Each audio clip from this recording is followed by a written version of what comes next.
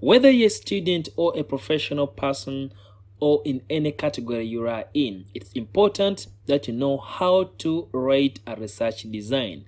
It's very core, very fundamental, as it entails all the strategies and the guides that you need during the process of you collecting or conducting your research. Now, there are so many key points within research design. You need to be able to identify. After you know your topic, of course, you should ask yourself, what are my purpose and objectives?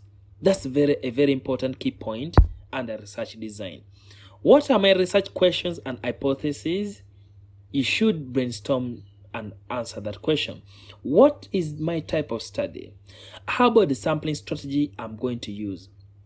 Which variables and measures am I going to measure?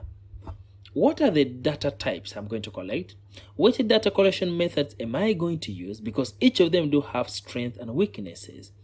How about data analysis methods? How about the ethical considerations? How will I ensure that my participants' life is not at stake? And how about the limitations and how I am going to combat those limitations? So it's really very important that you answer these questions very carefully.